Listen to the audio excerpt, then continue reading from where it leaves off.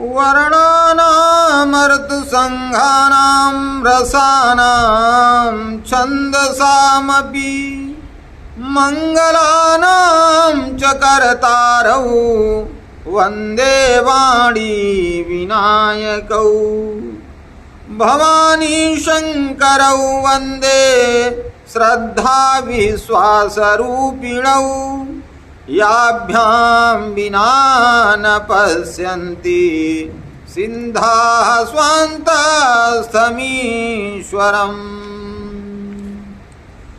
शिव समान दाता नहीं विपत्ति विदारनहार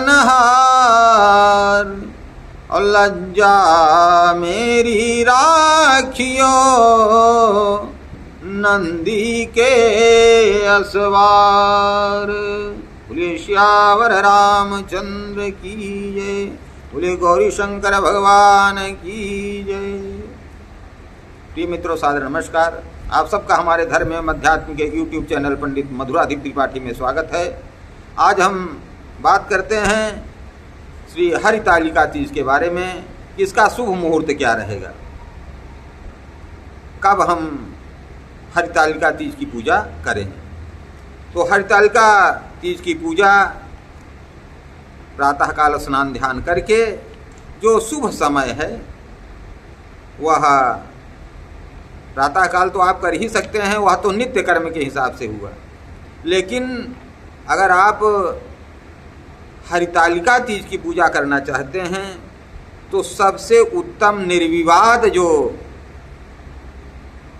मुहूर्त है वह है अभिजीत मुहूर्त। और वह कब है? दोपहर में 11:57 से 12:48 का समय, यह निर्विवाद है। क्योंकि 1 अर्थात दोपहर में 1:54 तक तृतीया तिथि रहेगी। और चूंकि इसका बड़ा महत्व है, हस्त नक्षत्र भी है, सारी चीज़ें हैं, तो यह निर्विवाद है। बाकी कुछ लोग प्रातः काल में कर लेंगे, कुछ लोग सायंकाल, प्रदोष काल भी बड़ा अच्छा माना जाता है, प्रदोष काल में भी आप पूजन कर सकते हैं। प्रदोष काल कब से कब तक रहेगा? प्रदोष काल जब सूर्य भगवान अस्त होते हैं उसी के बाद प्रदोष काल माना जाता है। लेकिन ध्यान रखें, आप 7:30 से 8:30 के बीच में पूजा प्रारंभ आपको कर देनी चाहिए।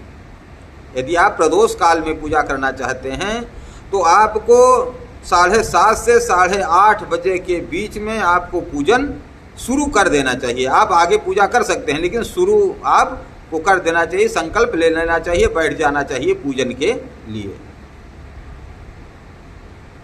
और एक समय का आपको परित्याग करना चाहिए, इस बीच में आपको पूजा नहीं करना चाहिए। वो कौन सा समय है? वह है राहु काल का समय, जो कि 3 बज के दोपहर के बाद में, दोपहर में 3:35 से 5:12 शाम को, अर्थात 15:35 से 17:12 तक, इस बीच में आप पूजन शुरू मत करिए। अब आइए जानते हैं कि हरितालिका तीज की कथा क्या है। तो माँ पार्वती जी शंकर जी से कहती हैं कि हे भोलेनाथ, मैंने ऐसा कौन सा व्रत किया था, ऐसा कौन सा पुण्य किया था कि आप हमें पति रूप में प्राप्त किए। शंकर जी ने कहा कि हे पार्वती, तुम हिमालय राज्य के यहाँ जब अवतरित हुई, जन्म ली, तब तुमने प्रारंभ से ही बड़े घनघोर तप, व्रत और तपस्या करने लगी। और कहते हैं कि तुमने वर रूप में मुझे प्राप्त करने के लिए बहुत तपस्या की, भूखों रही, कुछ नहीं खाया,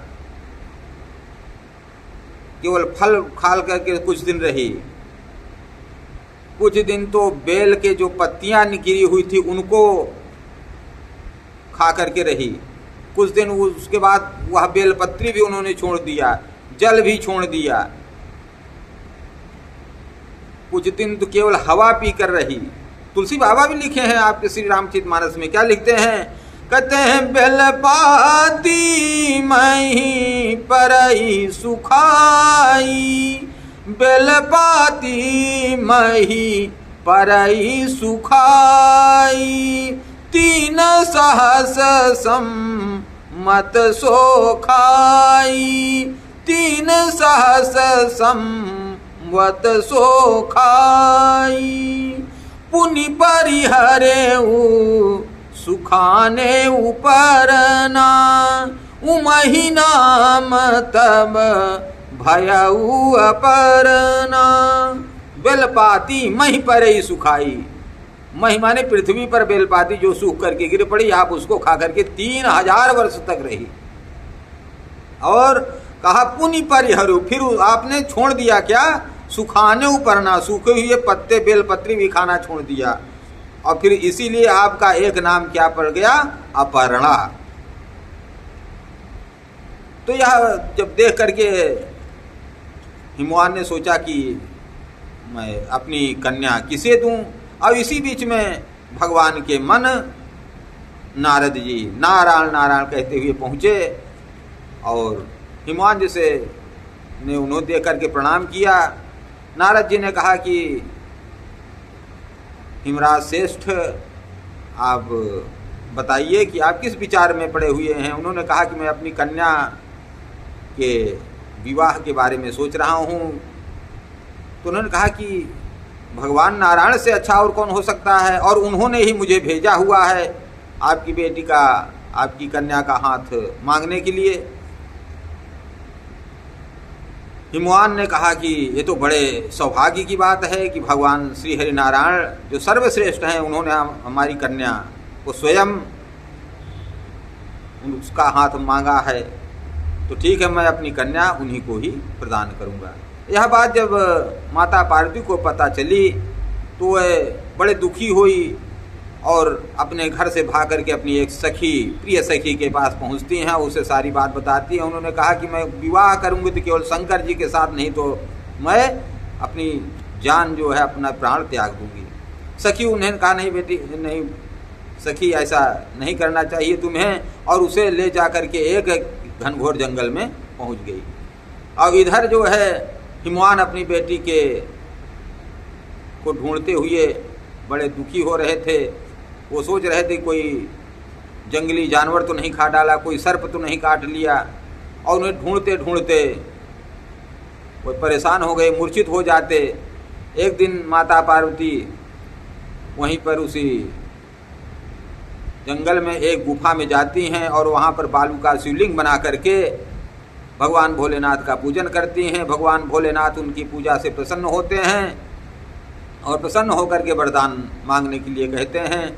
माता पार्वती ने उन्हें पति रूप में मांगा। भगवान भोले ने तथास्तु कह दिया और वहाँ से चले गए।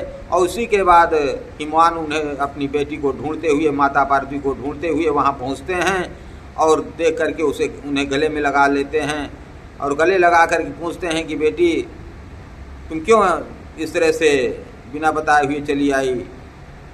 तब माता पार्वती ने अपनी सारी व्यथा बताई। भगवान शंकर जी हमें पति रूप में मिले, आप मेरा विवाह उन्हीं के साथ करिए। तब हिमवान ने जब हामी भरी और बड़े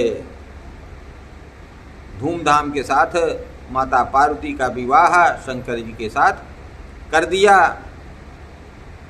भोलेनाथ बाबा यह कथा सुनाते हुए कहते हैं कि तब से तुम हर बार मुझे ही वर रूप में प्राप्त करती हो। और कहते हैं कि चूंकि सखी उन्हें हर करके ले गई थी, उसका हरण करके उन्हें लेकर के गई थी, इसलिए इस व्रत का नाम हरितालिका पड़ गया। और चूँकि कहते हैं कि जब शंकर जी को माता पार्वती जी प्राप्त हुई, माता पार्वती को शंकर जी प्राप्त हुए, तब वो क्या हो गए, यह चूँकि यह दिन क्या था, भाद्रपद शुक्ल पक्ष तृतीया थी, और पिता को देख करके और शंकर जी को पा करके, पिता और पति दोनों को पा करके माता पार्वती हरि हो गई, इसलिए भी इसका नाम हरितालिका पड़ा। तो प्रेम से बोलिए हरितालिका मैया की जय। हर हर महादेव। जय श्री कृष्ण, जय श्री राधे। अगर आपको हमारा चैनल अच्छा लगे तो please like share and subscribe. जय श्री कृष्ण, जय श्री राधे। हाँ, व्रत अवश्य आप करें अपनी क्षमता के अनुसार, और माताओं बहनों को ना कुछ हो तो भोलेनाथ का मानसिक पूजन ही करें। एक लोटा जल तो चढ़ा ही सकते हैं, जितना भी हो सकता है। अगर आपकी शारीरिक रूप से सक्षम नहीं है तो इस दिन भोजन करने के बाद भी आप पूजन करिए, लेकिन पूजन अवश्य करिए, तप से सब कुछ संभव है। तप बल शंभु रचहि संघारा, तप बल शेष धरहि मही भारा, तप बल रचई प्रपंच विधाता। तप से ही भगवान विष्णु इस संसार की रचना करते हैं, तप से ही इस पृथ्वी को शेष जी अपने फण पर धारण करते हैं, और तप से ही शंकर जी इस सृष्टि का संहार करते हैं। इसलिए तप से सब कुछ संभव है। इसलिए तप करना चाहिए, तपस्या करना चाहिए, व्रत उपवास रखना चाहिए। हर हर महादेव। जय श्री गौरी शंकर भगवान की। हर हर महादेव।